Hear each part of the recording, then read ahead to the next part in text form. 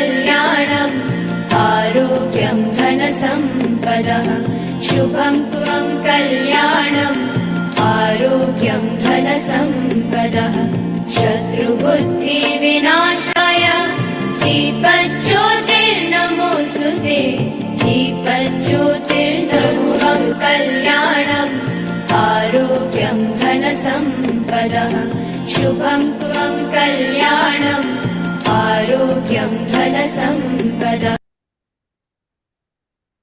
Thank you, Arun. Over to you, Vijay sir, to introduce Shobha ma'am and to take over the proceedings. I think, Vijay, there will not be any need to introduce. Let me just address. Just I want to mention, Shobha madam, ma'am needs no introduction. our Kasoga president, Dr. Durgadas sir, could not attend because of some the pressing emergencies with the Kasoga meeting. Since there is upcoming the state level conference in Tumkur, and I'm very grateful to Shobha madam that in her busy schedule she has kept aside the few minutes for our webinar. I welcome you, madam. Thank you, Vijay, and our blessings and good wishes to both you and to Aarti for taking forward this committee in Kasoga so very well. I think a lot of credit, because this is one of the committees where a lot of work still needs to be done, and a great deal needs to be understood, and people have to acquire more skill in this field. So it's very, very productive to have sessions like this. That is one thing. I'm very happy today to see my friend, colleague Dr. Jayanti here, senior professor from East Point Medical College, and Dr. Rubina also, consultant urogynecologist. But at the outset, first and foremost, I must thank the Kasoga office bearers, the President Dr. Durgadas, and the founders, Dr. Hiremat, Dr. Nagaraj, the office body, the past and immediate President-elect Bharti and Rajeshri, the treasurer Shobha Bembalgi, and also the EC member, the EC who's in charge of your committee, Dr. Ashlata Malapur. All of them are actually very highly supportive of your work, Dr. Vijay, and they appreciate you as a chairperson. And I would just take this opportunity to say a few words about both of them to all those who are listening, that Vijay was entered into BSOG office. He is a member for a very long time. During my tenure as president, he was an EC member, very, very hardworking, very, very efficient, and he has really excelled in this field. And I would like to see him in higher posts, both in Kasoga and in Bangalore Society, our parent society. So that is for Vijay. And Aarti, what can I say for you? You are so talented in so many ways, and you're a very industrious person, and you have supported the chairperson so very well. And I wish you all the best for higher post in BSOG. Wish you all the best. So with that, I think, let me not stand in the way of scientific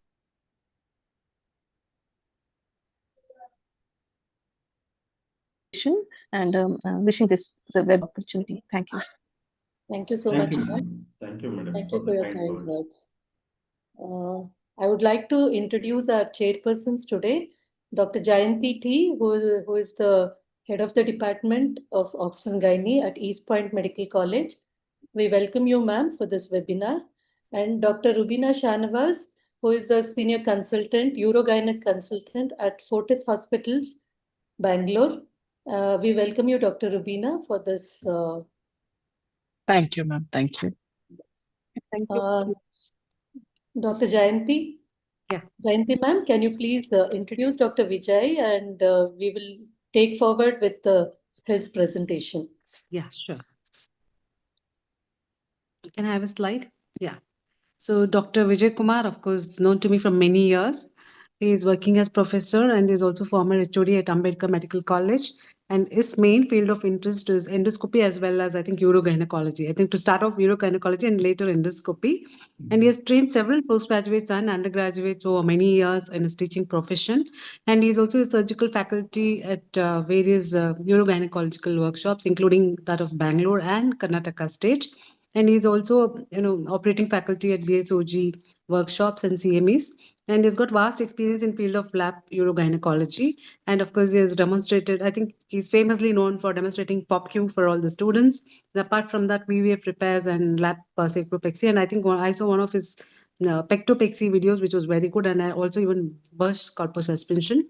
So, and has got many publications to his credit, and he's also speaker at various conferences, both national level as well as international level. So, I welcome Dr. Vijay Kumar to deliberate his talk. Thank you, madam. Thank you.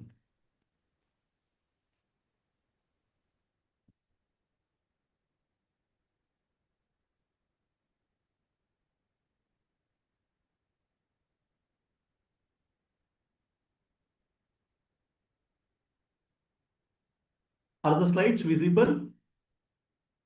Yes, sir. Yes, Yeah. it's visible. Yeah, it's visible. So, good evening to all.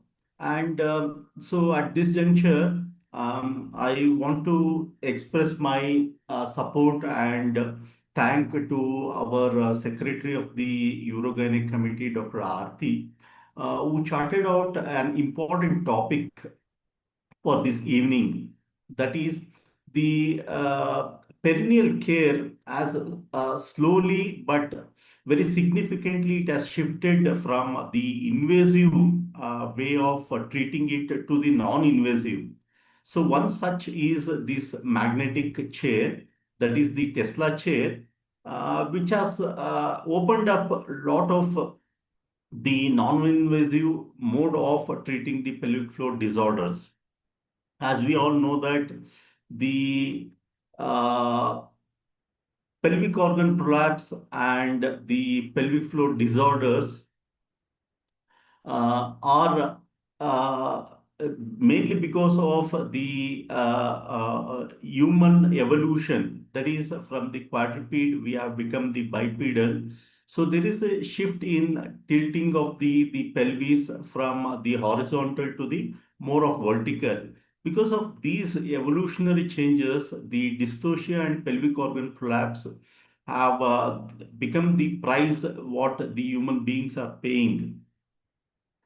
So not only that, even the human skull, the neonatal skull, has enlarged in size compared to our ancestors. This is because of the much more the brain development and increase in the brain weight and volume. So what is the perineum? It's a diamond shaped the area which is between the vaginal introitus and the anus, and it has got its own fixed boundaries in the form of the pubic symphysis anteriorly, ischiopubic rami, and the ischial tuberosities anterolaterally, and the sacrotuberous ligament posterolaterally, and again the coccyx posteriorly. So this becomes a very important landmark. Not only it is encountered in the pelvic wall, but also it supports many of the vital structures. It could be the bladder, the uterus, and the posteriorly the rectum.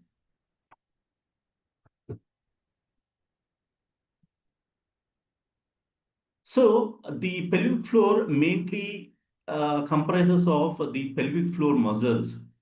The important pelvic floor muscle is the levatrinae muscle.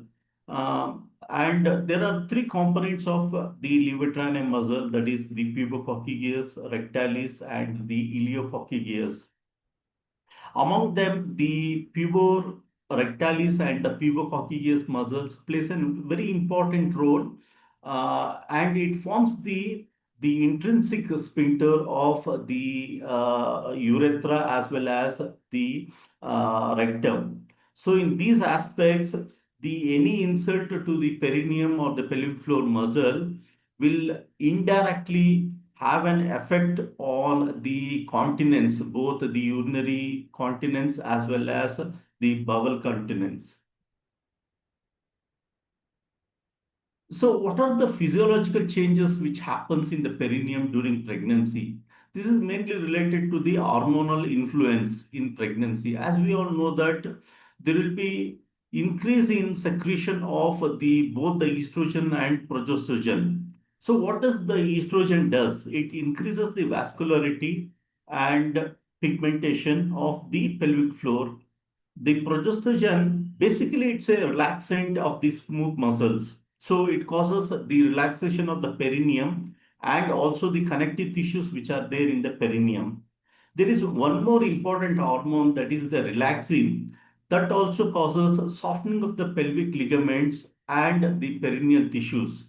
So overall, not only the vascularity of the perineum increases, but also there will be little sagging down of the perineum. This also will be most of the time appreciated by the pregnant women, telling that have some sagging sensation in the pelvic floor or the perineum.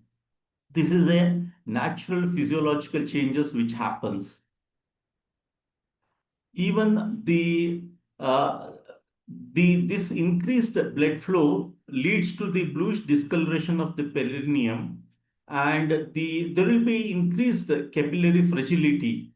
Again, the capillary fragility will lead to the disruption of the capillaries, leading to the excess minimal bleeding, and also that will lead to the increase in edema. Coming to the connective tissue, there will be remodeling of the connective tissue, collagen fibers. There will be increase in elasticity of the collagen fibers.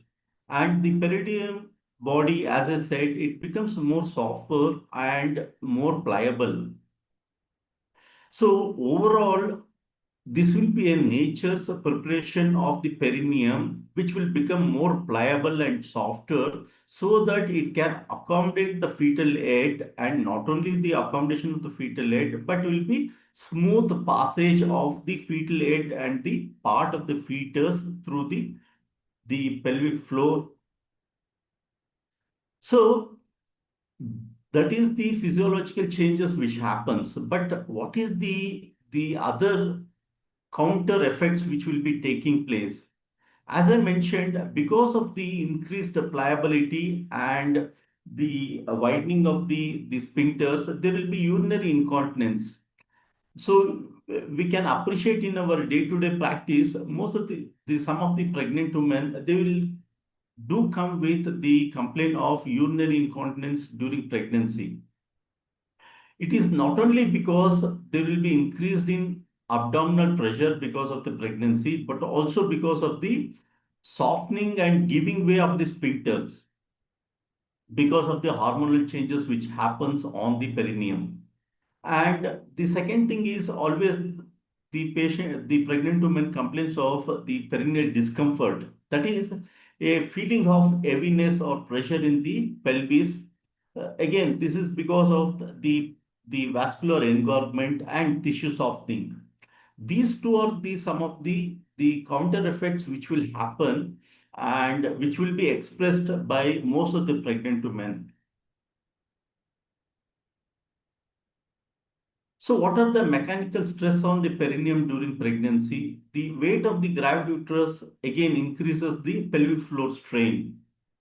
There will be chronic pressure leading to perineal muscle fatigue, and there will be possible mild descent of the pelvic organs before labor.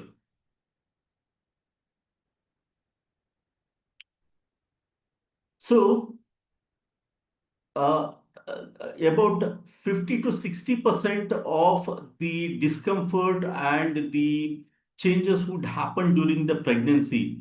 But there are some of the effects which will take place only during the parturition.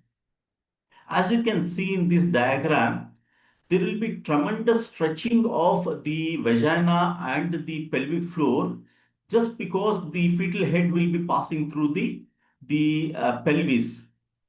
It is said that the tissue will be stretched about 3 to 4 times than the normal length. And that's the reason we tell that there should not be any prolonged second stage of labor, because whenever there is prolonged second stage of labor, there will be irreversible damage to the connective tissue, especially the pubocervical fascia and rectovaginal septum, which will lead to the later consequences of either the relaxed perineum or the milder form of stress urinary incontinence or cystocele. As you can see in this biomechanical modeling, the levator ani muscles are stretched more than 50%.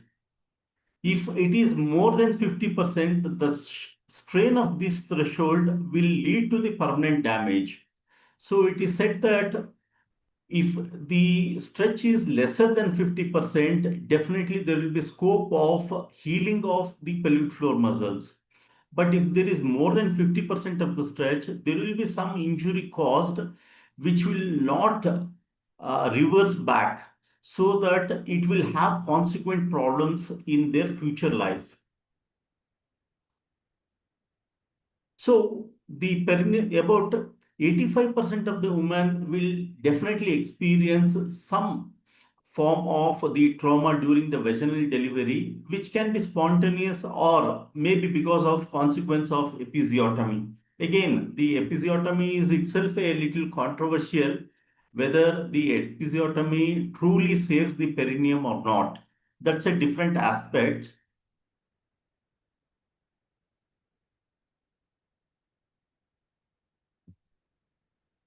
So, as I mentioned, definitely there is some changes and injury which is caused to the perineum.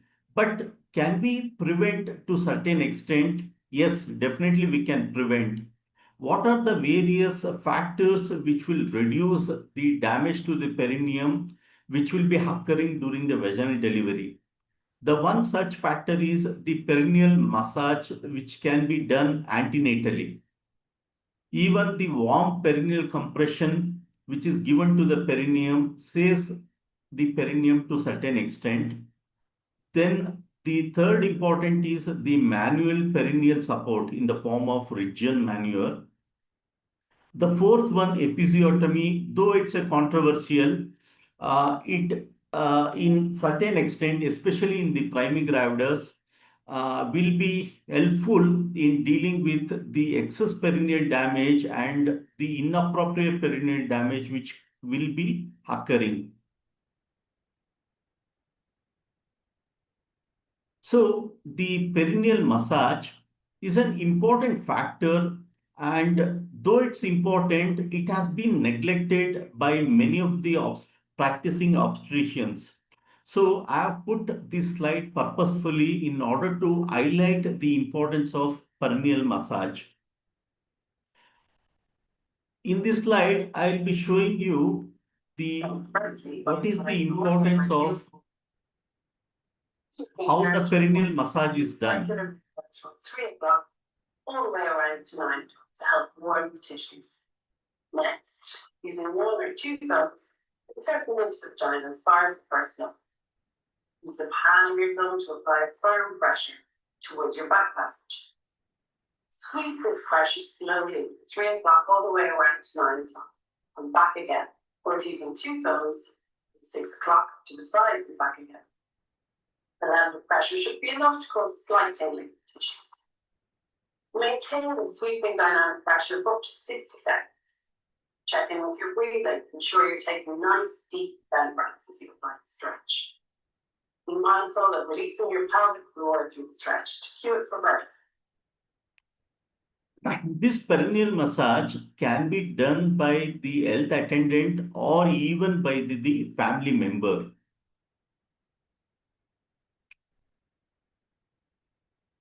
So as shown in the previous video, a gentle thumb is inserted and about 3 to 5 centimeter into the vagina, and this sweeping of the thumb will improve the pliability of the perineum, thereby the excess injury which can be caused because of inadvertent stretching of the pelvic floor muscles will be avoided. It can be done once or twice a week, and at one stretch, about 45 to 60 seconds of stretch can be given depending on the pregnant woman comfort.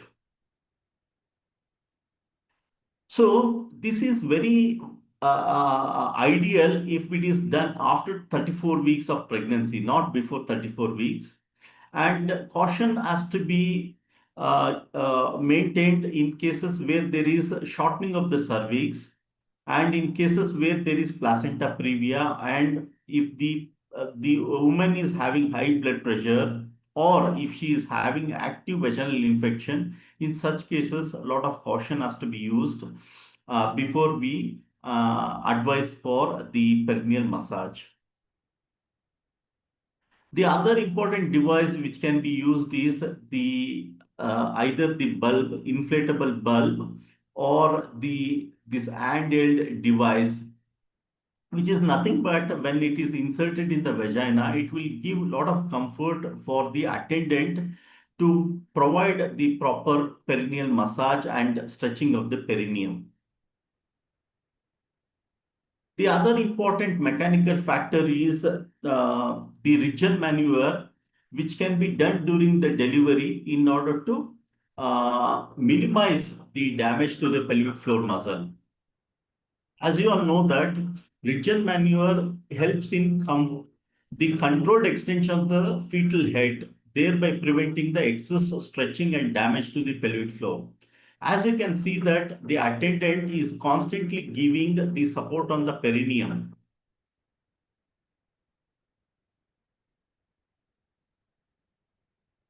Then assisting the delivery of the anterior shoulder.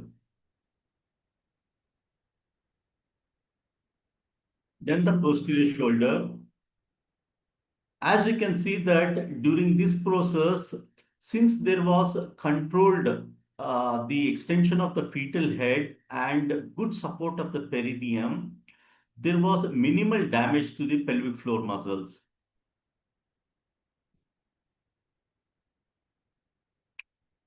So, episiotomy, though it's a controversial, in few cases it will be very useful. The WHO does not recommend the routine use of episiotomy, and about 10% rate has been recommended by it. But though in Indian practice, we are giving a lot of episiotomies to the delivering women. The one substantiating point is that compared to the Western woman, Indian women have got short perineum.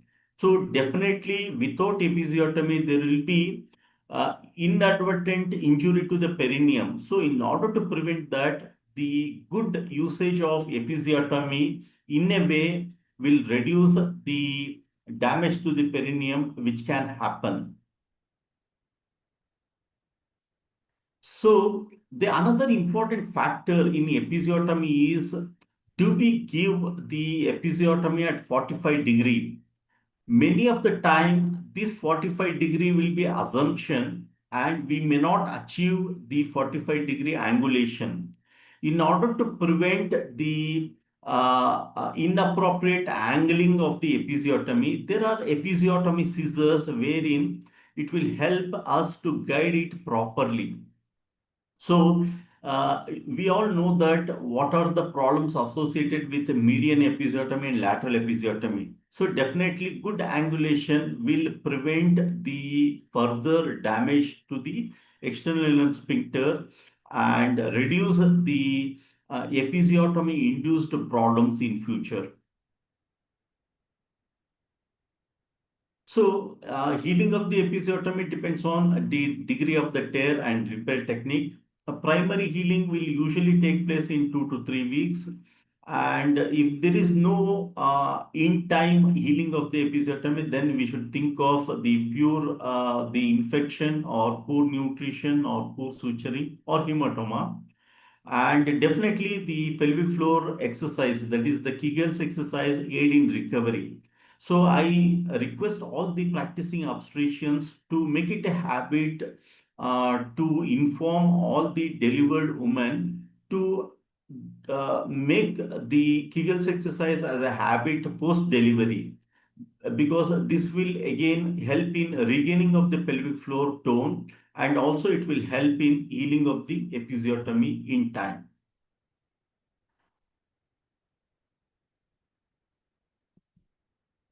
So the sometimes the consequence of these vaginal delivery and the episiotomy, there will be pelvic floor dysfunction, which refers to the impaired relaxation or the coordination of the pelvic floor muscles, leading to problems with support and function.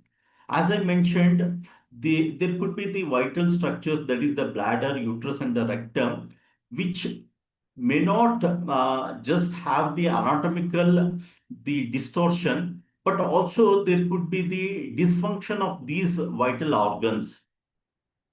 So, in order to have the good perineal health, definitely post delivery, the pregnant woman, the parturient woman has to be advised of the exercise and good nutritional support. So, what are the manifestations of the pelvic floor dysfunction? The urinary incontinence, the fecal incontinence, the pelvic organ prolapse, and sometimes the woman may just complain of the pelvic heaviness or dragging sensation. Even they come with dyspareunia or low back pain or perineal pain. So, as I said, in order to prevent these pelvic floor dysfunction, the some of the factors which we have to consider is the perineal massage, Kegels exercise, good nutrition and hydration, and educating the women on birthing positions. So, I will conclude my talk in telling that the pelvic floor injury is inevitable during vaginal delivery, and there are though some mechanisms which prevent the irreversible damage to the pelvic floor, but to a certain extent damage can happen and it can be later dealt with many of these non-invasive treatment methods, which my next speaker, Dr. Aarti, would be speaking on. Thank you.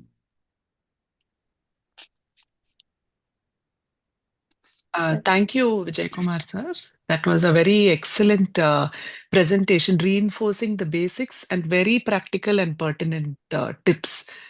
Thank you for the excellent presentation. Yes. If anybody has got, nobody has got a question, I think if anybody has got questions, can put it up. Participants, anybody has questions, they can put in chat box. Yeah, there are no questions right now. Dr. Rubina, in your Yes, ma'am. experience, what is your take home message for post-delivery pelvic floor Yes, change? ma'am. So, like Sir was saying, apart from the intrapartum measures, which we all follow, and Sir has reinforced, like the correct technique is very important.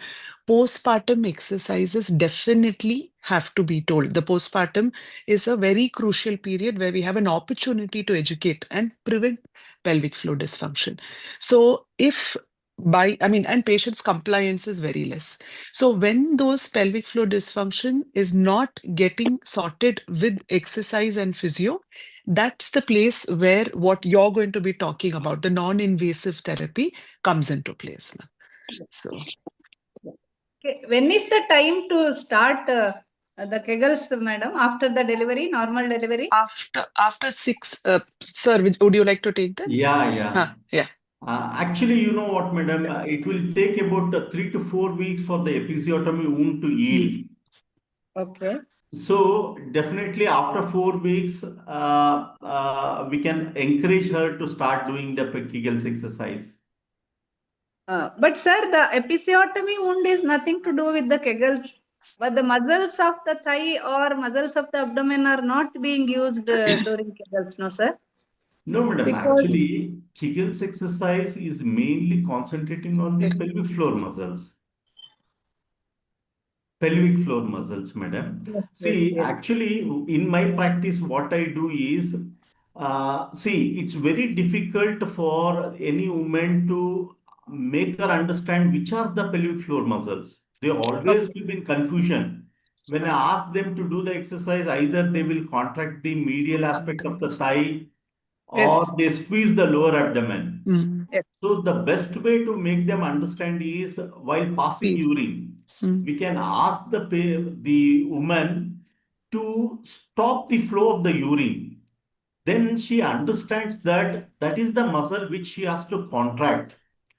And eventually, I usually tell them not to do it while voiding While the passing urine, it. but other time also.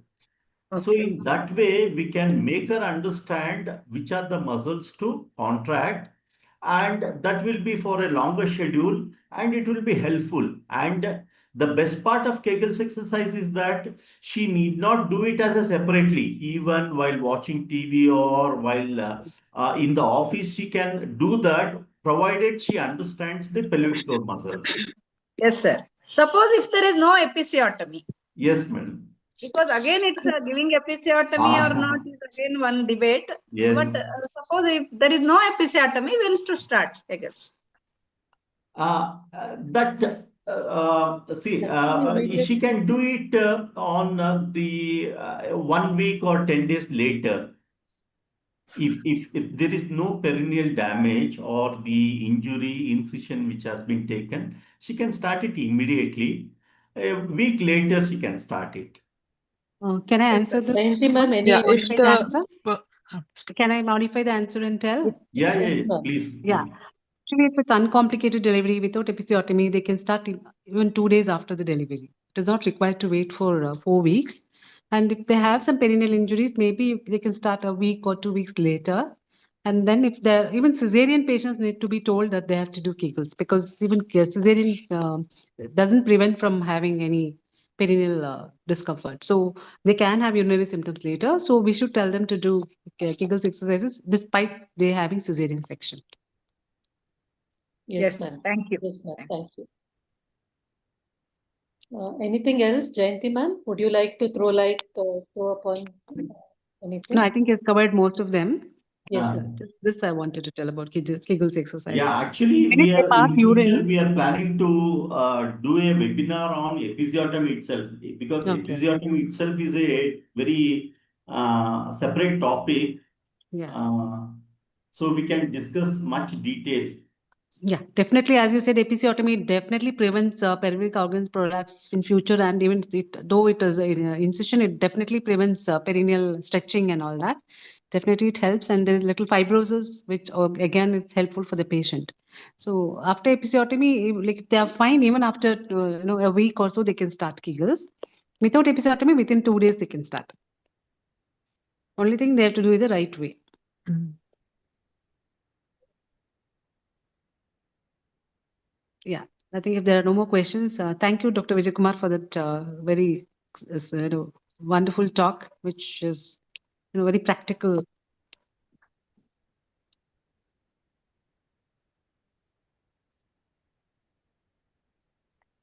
Should we move to Dr. Aarti's? I think Yeah, so. yeah. I think Yeah, Dr. yeah. Vijay Kumar, yeah. Can we have Dr. Aarti's? A slide. Yeah. Yeah.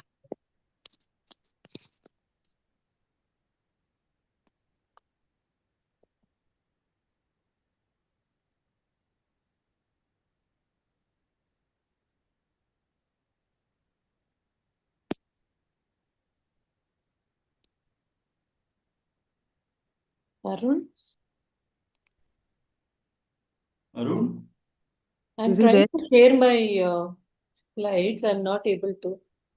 I think something. Just ask him. Arun, are you there? Dr. Aarti, you can put up the slides. Meanwhile, Yeah. I'll tell.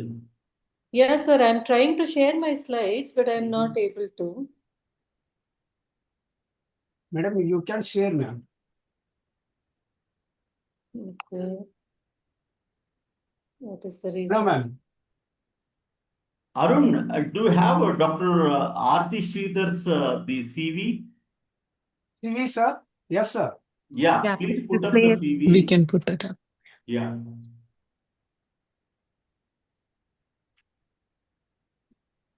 So you're It's able come. to see my screen, Yes, we did. but Yeah. my CV is Yeah. not seen. Yes. Yes. Dr. Aarti Sridhara, I'm sure needs no introduction. She is multi-talented, very affable, and Shobha ma'am used the right word, very industrious. And so, in her multitude of talents, so she is the medical director at Nia Specialty Clinic and senior consultant at Rainbow Children's Hospital, has a lot of achievement and award, and is a very active member of BSOG and Kasoga. So today she's here to shed light on the latest non-invasive treatment modality for pelvic floor, PFD, pelvic floor dysfunction, the Tesla chair. Over to you, Aarti ma'am. Thank you, Dr. Rubina. Thank you, Vijay sir, and thank you, Kasoga, for giving me this opportunity to present on the newest modality for the management of urinary incontinence and fecal Madam, incontinence. join us, madam. You are able to hear, sir? Yes, yes, madam. Go Okay. ahead. So let me just brief you about what urinary incontinence is. And as we all know, it is the loss of bladder control resulting in involuntary leakage of urine. It affects millions of people worldwide, especially women and older adults.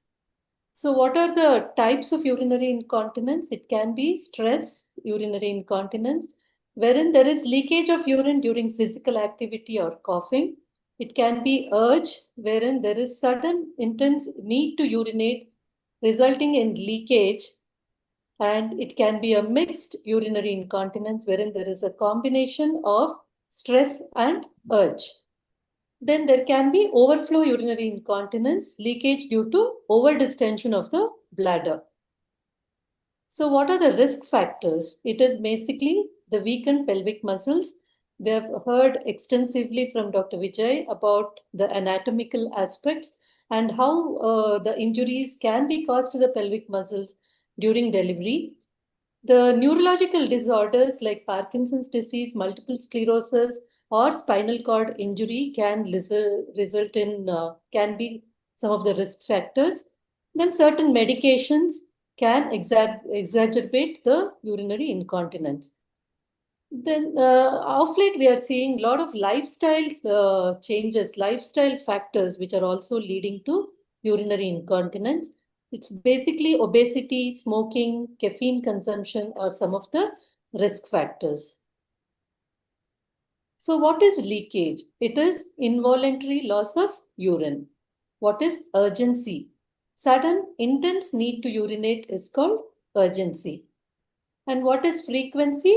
When you have frequent urination, it is called frequency. And when you wake up in the middle of the night multiple times, it is called nocturia. So these are some of the urinary symptoms a lady can experience.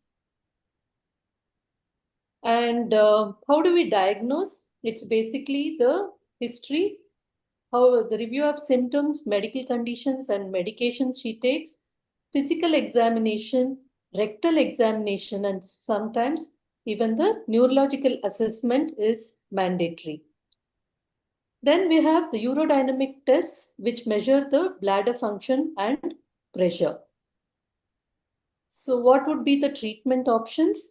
Lifestyle modifications, dietary changes, bladder training, pelvic floor exercises, medications like anticholinergics, beta 3 adrenergic agonists, or topical estrogen therapy, surgical interventions like midurethral slings, retropubic suspension, sacral neuromodulation, laparoscopic correction, and even now, even the robotic corrections are happening. But today, I would like to stress upon the non-invasive modality of treatment for this pelvic floor. So, I would like to change the, Share. You yeah, go. yeah, 1 second. So initially we had something called as Emsella chair, which was used for the treatment of urinary incontinence. Of late, we have so you're able to see, I think the same No. concept. Put it to the share, madam. Press the share. Yeah. Yeah. Then you can. Did you?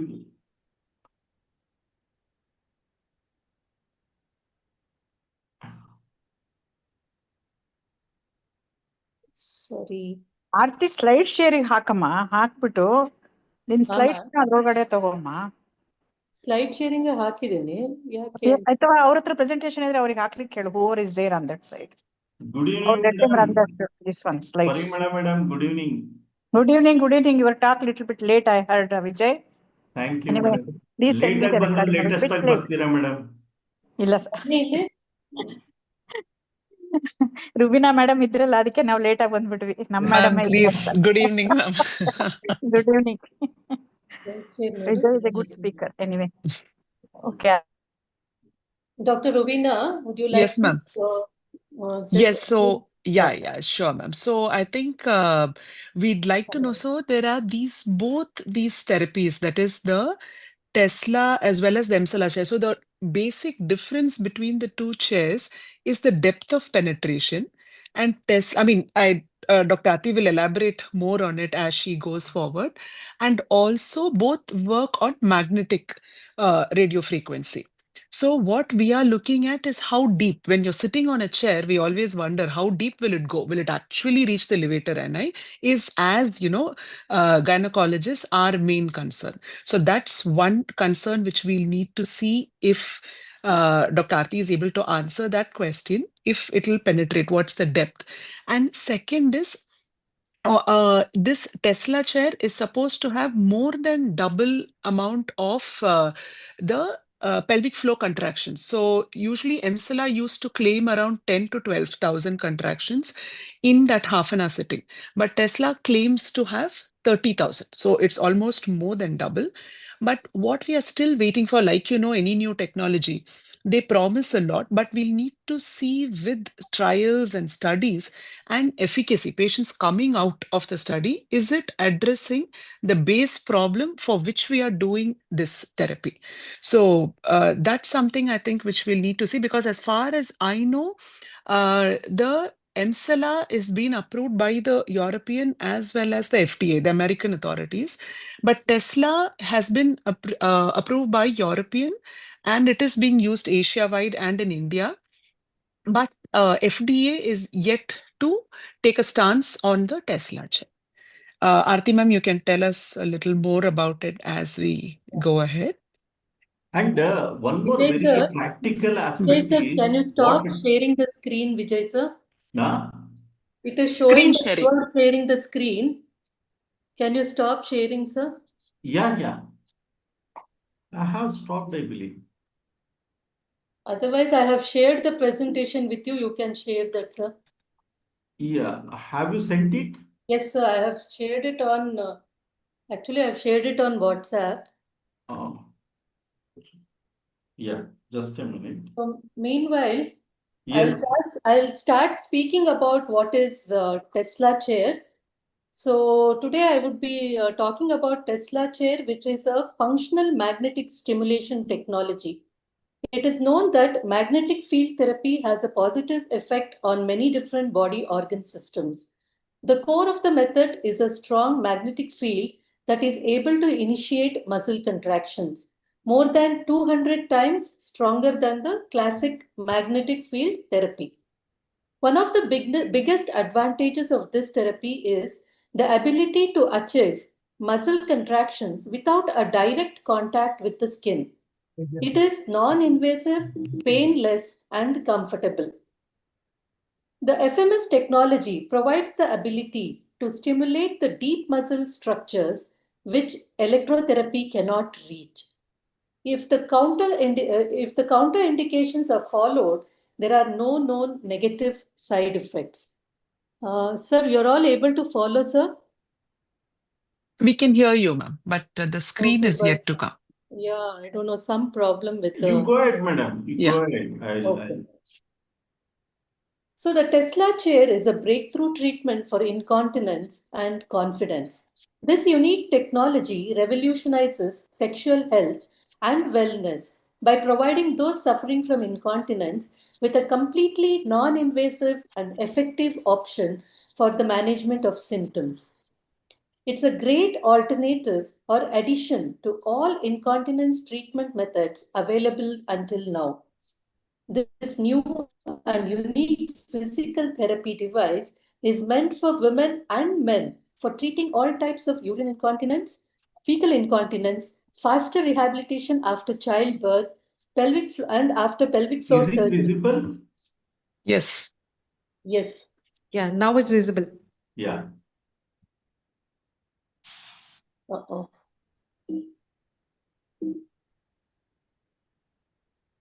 Dr. Aarti, are you audible? Hello? Yes, sir. So you can go ahead with this. Yes, sir. I'll change the slide whenever you ask for. But on my monitor, I'm not able to see. So you can change the slide. Now you can go to the third slide, sir. So Okay. this new and unique physical therapy device is meant for both women and men, as I already told. It can also help in strengthening the inner musculature of the pelvic floor, strengthening the vaginal musculature, treating sexual dysfunctions and chronic lower back pain. In fact, today I had two patients who was suffering from low back pain, and with one sitting of 30 minutes, she had a lot of relief. And in fact, she went back for a scan. Once she came back from the scan, she told me she had a lot of relief from her low back pain. So what is the main mechanism of action here? So here it generates a magnetic field which causes the pelvic muscles to contract, which can stimulate the nerve cells in the pelvic floor, and this can reach the target area, and the muscle strengthening in that particular area will happen. So Tesla Former uses magnetic stimulation technology to selectively target muscle tissues. Magnetic pulses harmlessly penetrate into the muscle layers, causing them to automatically contract. The end result is increased muscle mass. So it is used in various problematic areas like the mixed urinary incontinence problems, fecal incontinence, regeneration after childbirth, milder forms of drooping uterus and bladder, rehabilitation after pelvic floor surgery, chronic prostate inflammation, erectile dysfunction. It stimulates the muscle tissue without direct skin contact. It helps people with musculoskeletal disorders, degenerative arthritis, rheumatoid arthritis, cervical pain, muscle pain. In spinal disorders, acute or chronic lumbago, then sciatica, spina bifida, spondylitis, nerve disorders like peripheral nerve damage, nerve rehabilitation after fractures, muscle relaxation, frozen shoulder, pain control for muscle atrophy, spasm, genitourinary diseases like prostate pain, acute pain control, and certain sport injuries. So next slide, sir. So here they have mentioned about what are the treatment options for Tesla chair. So that's how a chair looks. You can comfortably sit on the chair with your clothes on, and you can just listen to some music or watch some video while the treatment is going on. So, like as I already mentioned, it helps in urge urinary incontinence, stress urinary incontinence, mixed incontinence, first degree prolapse is what they claim, postpartum incontinence, postpartum rehabilitation, nocturia, erectile dysfunction, rehabilitation after pelvic floor surgery, prostatectomy, diastasis recti, and fecal incontinence. So it is a revolutionary new machine which uses functional magnetic stimulation designed for rehabilitation and aesthetic medicine, developed over a decade ago by Iskra Medical, which specializes in machines that provide electrotherapy, ultrasound, laser therapy, and more. It was developed with user-friendly operation and safety as the main criteria. It has since been widely acclaimed in both medical and aesthetic industries as a leading product in pain treatment and urinary incontinence. Two applicators that generate FMS are built in the seat and backrest of the Tesla chair. You simply sit in the chair fully clothed depending on the areas to be treated. The applicators work on your pelvic floor or the lumbar areas. It is a simple, painless, non-invasive 30-minute treatment. And FMS to target specific muscle groups, triggering around 50,000 supramaximal muscle contractions in a 30-minute session. So, how much our patients do? All of us, we explain to them that they have to do Kegel exercises, but when you follow them back, none of them would have actually understood what is Kegels and which muscle they have to put into action. But here we have a chair which can trigger around 50,000 supramaximal muscle contractions in a 30-minute session.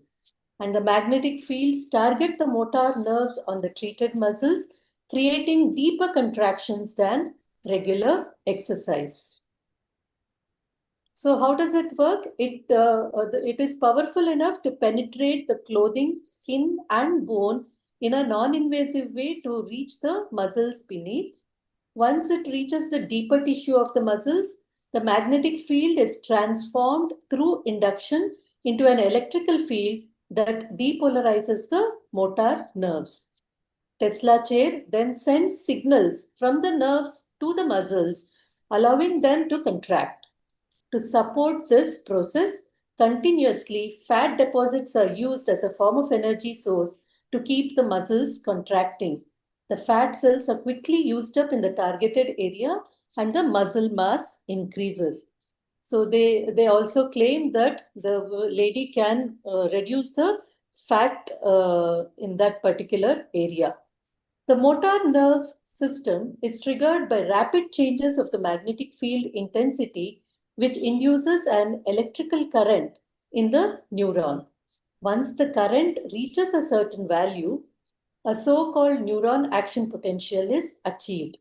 And this action potential causes the cells to depolarize, which eventually leads to a complete muscle contraction, and the outcomes boost circulation, nutrition, and pain relief. The method is painless and comfortable because it does not involve direct skin contact for anyone receiving the treatment. And the design makes it easy to reach every part of the body. So this is explained in a graph. So when it reaches the action potential, then there is repolarization, and then the muscles are contracted. What are the benefits of Tesla chair? Power of up to 4 Tesla. It's the world's first chair with 4 channels. What are these 4 channels? You have one for the pelvis, one for the back, one for the abdomen and the gluteal region. And you have one smaller probe which can tackle your neck area also. And it's a non-invasive procedure with no recovery time. Remain fully clothed, restores bladder and pelvic muscle control without time-consuming exercises. Comfortable procedure. It makes you relax during the 30 minutes treatment. You may observe improvement after a single session itself, and the results will typically continue improving over the next few weeks. So anywhere between 4 to 6 weeks is what they recommend. Each session lasting for about 30 minutes. The results of about 6 sessions scheduled twice a week, patients have reported a significant pad reduction also. Not 17, ma'am. It may be some 12, ma'am. 12 to 15, ma'am. 12 to 15 sessions. Yes, ma'am. Yeah, okay. 50%. So what are the benefits of Tesla chair? You can tone your body, you can grow muscle mass, you can burn fat, you can treat postpartum muscle separation, that is diastasis recti. Target areas that are difficult for you to increase muscle mass with regular exercise, deeper muscle contractions than possible with regular exercise, more than 50,000 contractions in a 30-minute session, no preparation or post-care required, walk-in, walk-out treatment. So to work on your lumbar area, patient will need to sit on the treatment chair.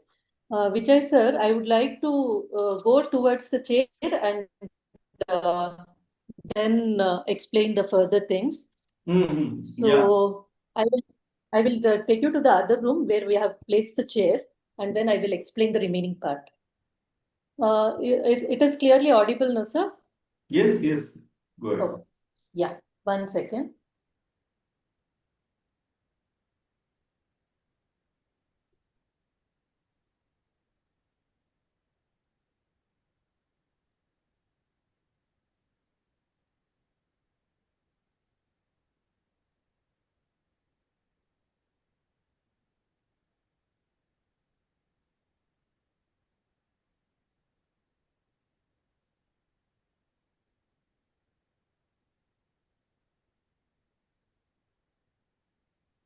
Sir, Vijay sir, what's your take on the non-invasive methods for pelvic floor dysfunction? Yeah, I'm still in invasive mode only. Not Yes, sir. switched over to non-invasive. Non-invasive. But as earlier it was discussed, the best part is it's a non-invasive, and we don't know the long-term effects, how good it is on a long-term basis. Mm. So And still, how much they'll need to come back after those initial sessions. I know. We'll need to have more patients coming in, only then we'll Yes. know also if it is. And my concern is that if there are 50,000 contractions in per session, how much will be the muscle bulk built up, which will happen? Because even the sustaining, there will be two types of muscle contractions which will happen. Right, sir. The Slow twitch and the very rapid twitch. So we don't know how much is the effect after the each session. So studies are awaited, I believe. Yes, sir.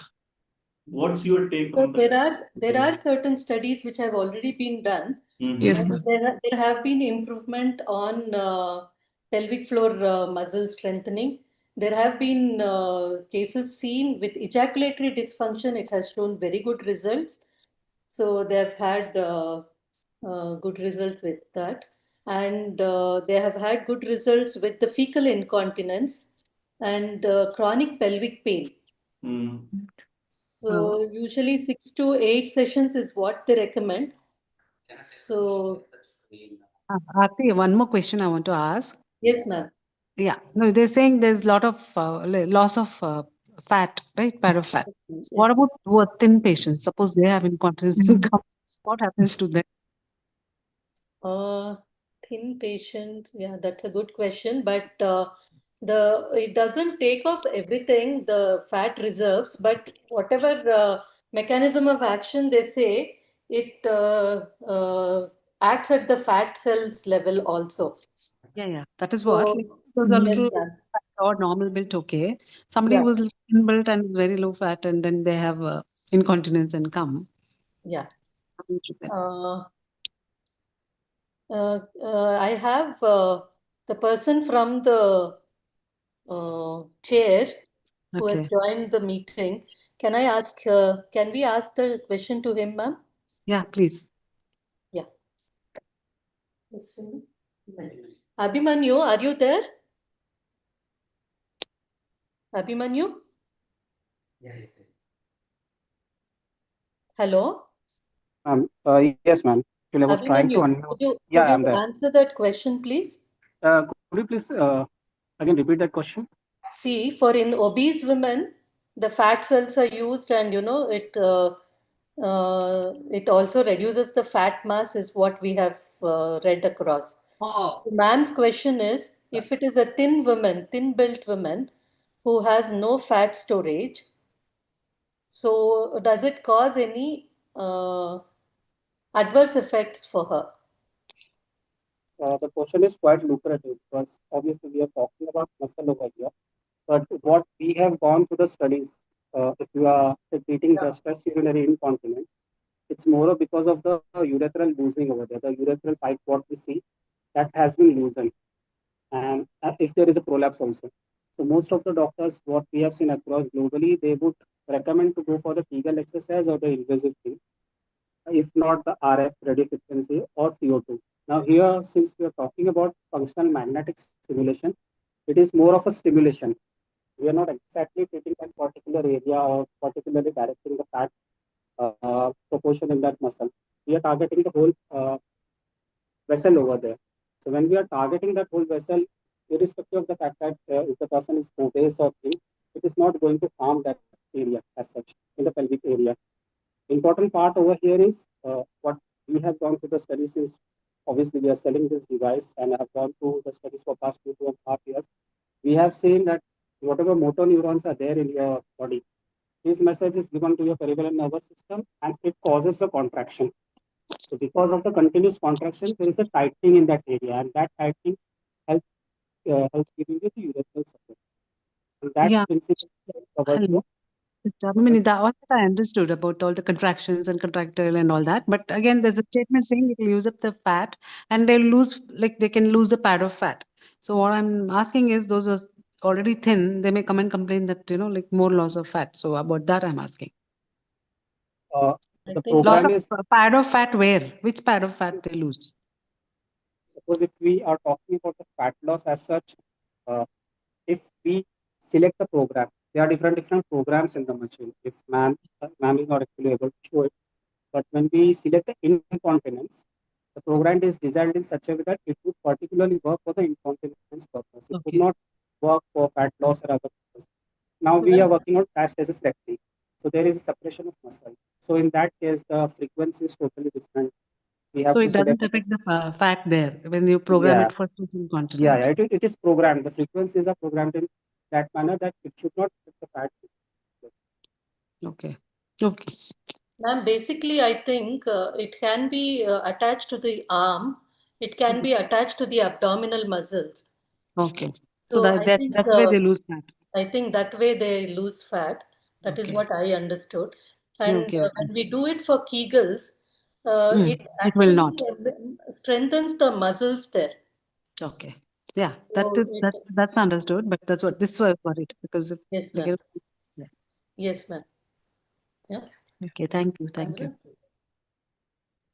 Ma'am, I'm not able to show this live, so I will take you to the chair, which is, I don't know, some problem with the screen sharing. It is showing Vijay sir is only sharing the screen. Sir,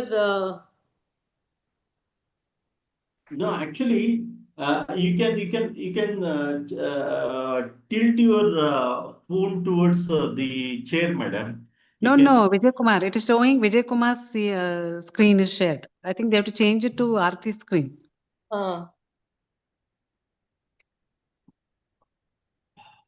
I think Mr. Arun has to do that, I think. Yeah.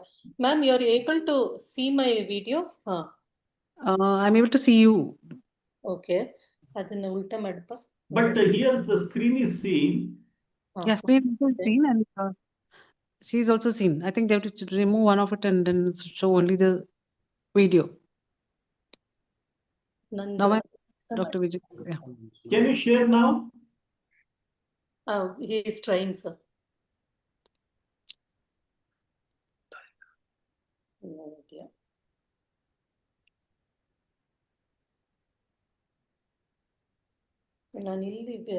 Or they can remove the slides and then focus only like Aarti can be focused like a video. Yeah. That may be. How do I do? You can just turn your camera around, ma'am, to show the chair. Aarti, you can log in with your mobile and show this one. Yeah. Chair. I'll log in through my mobile once. Yeah, do it.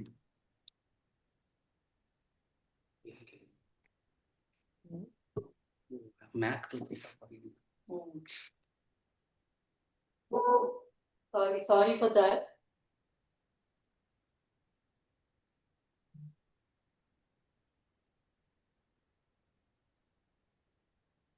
So today I had 3 patients. One was for pelvic floor strengthening, and she had urinary frequency, urge incontinence.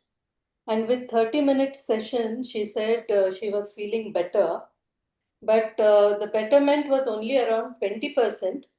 Maybe she will require another 3 to 4 sessions. What is the company's claim? When we can expect the effect? If it is in the milder form, within one session itself, you can see changes. How do I turn here? What is the cost of the machine and what do you charge per session?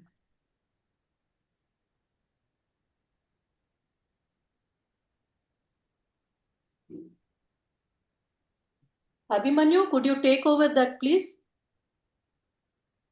How much it is charging? So the cost actually depends on what all channels you are taking. Normally, we quote around 42 lakhs for this device. So in this device, we have the pelvic and the back. That is by default. It comes with the chair. One additional probe we give from our side because there are a lot of cases for erectile dysfunction, the diastasis recti, and postpartum rehabilitation. So that additional channel is also given with the chair in India. And talking about the charges, now we have sold machine like in the metros as well as in a lot of remote areas. So there we have already told doctor you should charge between 6 to 10,000 per session.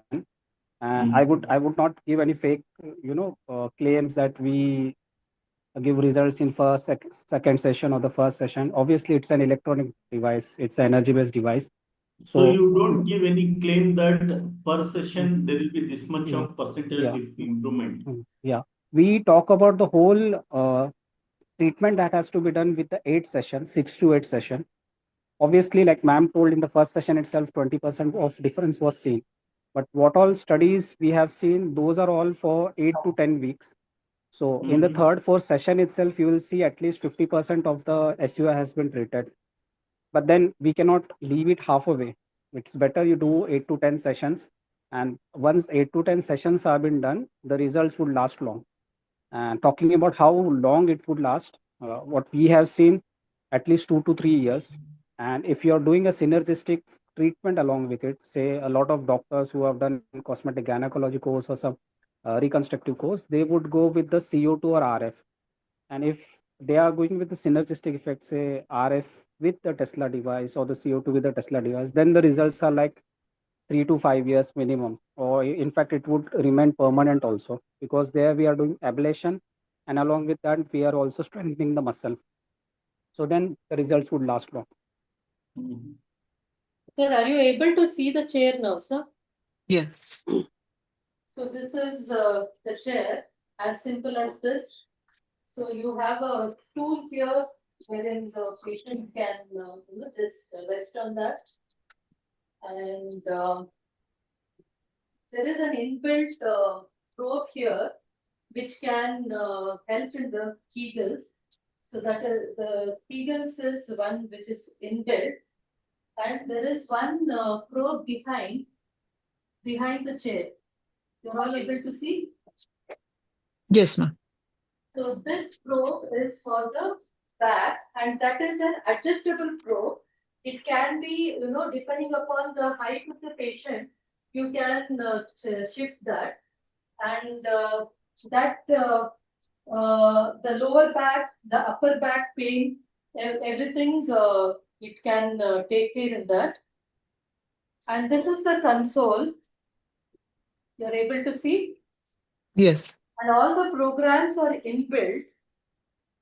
So we have to just start the button, and you have all these things which are mentioned already, and then you will have to select that. So you have an urge multi-dual, stress multi-dual, mixed multidual. So depending upon what the patient requires, you can decide, and in one sitting you can do only one treatment. So suppose the same patient has urge incontinence, she also has prolapse, mild prolapse, or if she has any diastasis recti. So he has something called as core 360 therapy. So when you select core 360 therapy, you can use 3 probes. So the 3 probes are, one is the Kegel probe, one is the back probe, and other one, these are the extra 2 probes which they give. So depending upon the stature of the patient, if she is obese, we can use a bigger probe. If she is slightly on the thin build, you can use the smaller probe. And these are the probes which come along with this instrument. So it's very handy, and anybody in the clinic can learn this and start the treatment. Yeah. So usually this is how it starts, and you have the timing here. You can select, this is for 360 therapy, and the seat one suggests the the intensity. Usually they say 50% intensity helps in giving a good effective contraction, but it can be increased up to 100% depending upon how the patient feels. So today when I sat on the chair, 50% actually gave me very good contractions of the muscles. And in certain areas, I also required 60%, 70%. I had a thin build patient today who could, 50% was little more for her. So we reduced the intensity to 40%. So depending upon the build of the patient, this can be changed. And what all probes you use, these are the adjustments. And once the 30-minute session is done, it automatically stops. Or if the patient has any problem, then you can pause and then go ahead and start the session again. So this is as simple as that, but very effective in giving the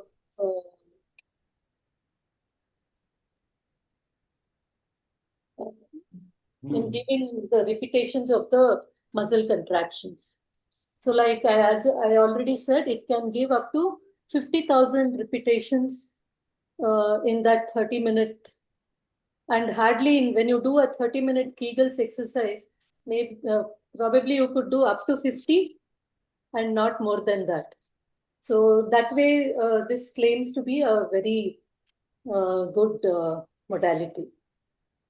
So contraindications, sir, would you go for the contraindications slide?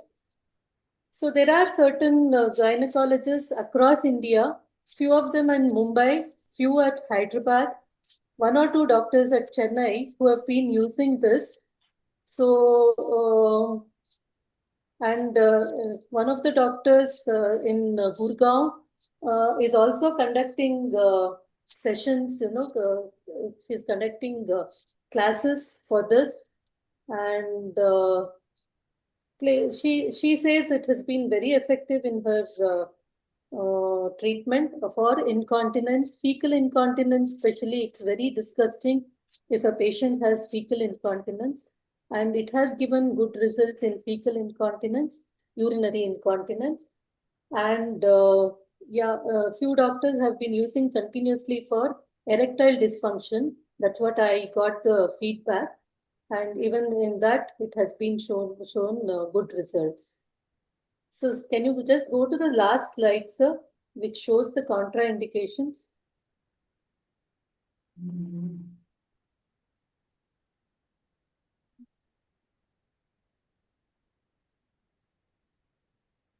You're able to go, sir? Yeah, once. So only people who have had these prostheses, whether any cardiac implants in pregnancy, these are the people where they say it is contraindicated. And there is no specifications whether the patient should have had food or not. Only thing, any electronic gadgets has to be removed. They can sit with their chains and bangles, etc. Only the electronic gadgets, if they are wearing any watches, that has to be removed. And they cannot sit on the chair and use a mobile. Aarti ma'am, I think your screen is sharing. It says Dr. Aarti's screen. Okay. So, yeah. Sorry for that. No problem. I think if you could, yeah. Yeah.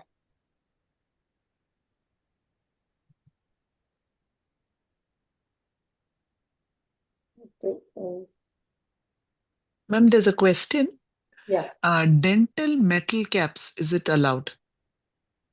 I think dental metal caps should be okay. Abhimanyu, any take on that? Yeah, if dental metal caps are there, obviously you can go with it. But suppose if you are treating the neck pain or the frozen shoulder, in that case, we would be able to do. But if we are doing the pelvic and the back thing, it is good to. And if there is any titanium rod in the tibia fracture, because we had a patient today for whom we couldn't do an MRI because she has a titanium rod. So what about that for this? Yeah, in that case, it is Contraindicated. Yeah. This the arthroplasty, hip arthroplasty with the implants. Any implants contraindicated. Contraindicated. So here we are talking about magnetic stimulation. So anything that would come in the magnetic field, it would cause any kind of damage because of the magnetic field. All those things are contraindicated. And they also say active pulmonary disease is a contraindication. I couldn't find much theories to say why active pulmonary disease. So I didn't mention about that, but maybe I would like to do some more research on that before commenting on it. So Abhimanyu, why it is mentioned? Any idea? In fact, we have also asked for the papers from the parent company. Okay. They have told us that these activities are there because of the nervous system and all, but then we have asked for the proper studies so that if we are giving any answer, it has to be the rational answer. So that is one thing in contraindications they have mentioned as active pulmonary disease, which I was not very sure, and I couldn't get any sufficient data about that. So that's why I thought I'll not mention about it. But basically, a patient with pacemaker, any pump implants, pregnancy, and any magnetic implants, this is contraindicated. So while taking history, this becomes mandatory. Many a times patients don't, they try to hide many things. So this we'll have to be very careful while before making them to sit on this chair.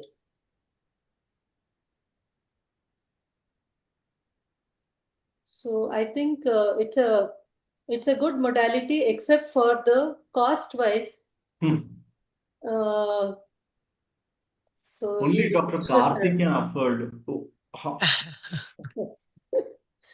Thank you, sir. So I think the cost wise, it is we need to think twice. But actually, I wanted to ask anything Abhimanyu. non-surgical, patients are always for it. Surgery would be their last modality of treatment.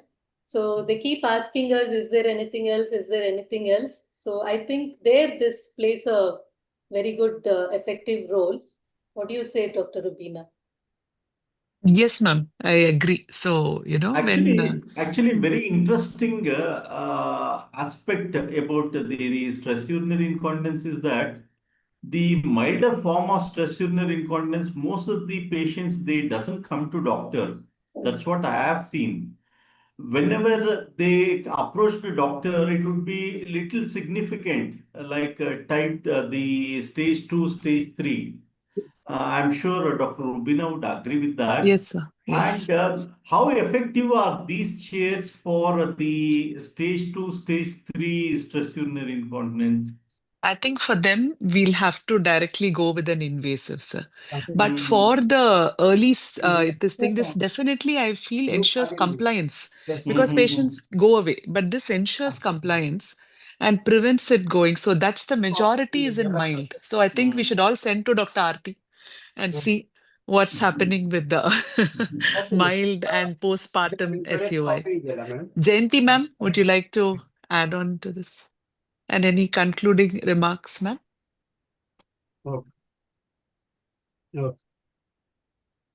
Jayanti Okay. ma'am? Yes. Yes. Yes. Tell me. Yeah, I think it was a wonderful demonstration, Aarti. Yes. You have highlighted about Yes. it. What are Yeah. the cost of the chair? May I know the cost of the chair? Ma'am, they say it is around 45 lakhs. Okay, And this is the only chair which has 4 probes. okay, And the previous chairs, whatever have come, it is only with one probe. one probe. Okay, It can be used only as a Kegel's chair, but okay. this has various other Attachments. Yeah. yes, attachments. Okay. And like I said, today I had only 3 patients for this, and in that one patient with chronic back pain and neck pain. With one session, she told me almost more than 50% it reduced.